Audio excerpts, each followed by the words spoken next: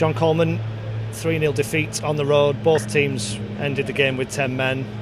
I suspect that's going to be what we're talking about in the aftermath of this one. What did you make of that decision, and how crucial did it prove to be? I'm flabbergasted, really, at some of the things that went on. We spoke to a player after 30 seconds for a knock, he was fouled. That sets the stone. He gives us a free kick, then changes his mind. We've both seen it on the video. You see Seamus pull out, bring his legs under his backside to avoid contact with the player because he thinks he's going to get his legs broke, and the lad goes over the top and catches him. There's only one decision that can be given, but unfortunately for us, our man got sent off as well. The 3-0 definitely hasn't reflected the game, and even the most green-eyed Plymouth fan has got to recognise that. You know, the stats will get distorted because we're throwing everyone forward at 2-0 trying to get back into the game, and they could count on us and hit us on the break and have a few shots late on. It says 5 shots on target. I can't remember the 5 shots on target.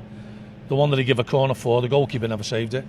It went wide, so that's 1 taken off, and the 3 goals. Third goals you never counted because it was a foul on our player. But that's football for you. Sometimes you don't get what you deserve. I thought for big periods of that game we were the better team, and they know that. And if we keep playing like that, we'll win more games than we don't. There's always an onus on you when you come to a place like this to start well, quiet, and the crowd does things. First 20 minutes, did you feel like you did that? Well, we just gifted them a goal. And the one thing that we've got to brush up on is our ball retention. Seamus has turned down a pass to Sean in midfield, to Sean McConville. He's turned to give it to Sean Worley, who's misconsoled it, got his pocket picked, and then they're good on the counter, and they've scored a good goal. It's the only time they've been near our goal in that 25-minute spell, and probably the only time they've been near our goal in the first half.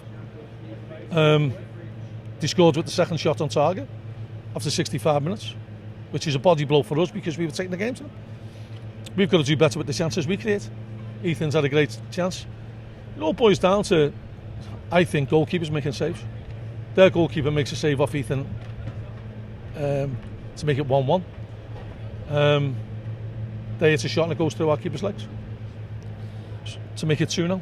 So, you know, a bit of luck either way. We're not getting the moments, and you know, fortunately for Plymouth, they're getting a lot of luck, and they've got to ride that crest of the wave while they're playing well.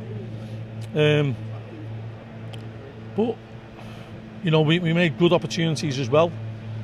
I'd like to see the disallowed goal again, because that would have been a big difference in the game at 2-1. But we took the game to them, and hands on heart, could you tell he was top of the league first half? I don't think he could. I think we were the better team first half, and we didn't get our rewards, but sometimes you don't get your rewards. But I'm proud of the way the lads played, and the effort they gave is phenomenal. I thought Liam Coyle was head and shoulders the man of the match for both teams. Outstanding. And Mo getting thrown in again there, you know, played really, really well. Ethan coming back in, playing really well. You know, some big performances out there, but the harsh reality is we look at the paper tomorrow and it says 3-0 to them. We've got to brush up on that. 10 to our goal difference, but we'll come back stronger. You won at Shrewsbury early in the season against 10 men. We go back to that decision, don't we? If it's 11 against 10, is it a very different thing to 10 against 10? Listen, I'm not looking for people to get sent off. You know, I just want a fair game, and I want fair punishment. The tone was set after 30 seconds, and then, you know, things that he could put a yellow out after that, he didn't. And then he's selected 2 people to book in a melee after the sending off. He could have booked 12 people. Unfortunately for us, he books our most combative midfielder, Liam Coyle. So he's walking a tightrope after that. I don't want to talk about the referee because it's not. It's a game of football. Plymouth are top of the league for a reason. The scoring goals that on the crest of a wave that I and I. We more than matched them today. And if we can do that to the top of the league, we can do it to any team in this league. I think you've seen an angle. Last question about this decision. Will you appeal based on what you've seen? I'll take advice on it. We probably will up here. Just as far as those positives you were talking about, you're not going to come to Plymouth Argyle in front of 15,000 every week. Can you I don't want to say take heart, but can you be encouraged by that? I'm encouraged by the performance. I'm very encouraged by the performance. That's probably the hardest game Plymouth have had in the last month.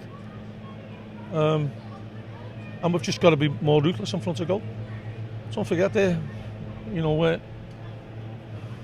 all our strikers are injured at the moment. Tommy Lee's makeshift up there. Nathan has hardly played, so big ask for him. They're bringing Ryan Hardy on. They've got Sam Cosgrove to play. They've got other forwards. They've got other alternatives there. And we haven't got the wealth of talent that they've got. But you would have known that today. And that game could have gone either way. And as I said, even the most green-eyed Plymouth fan, don't get carried away with the 3-0. They'll know. Football fans know.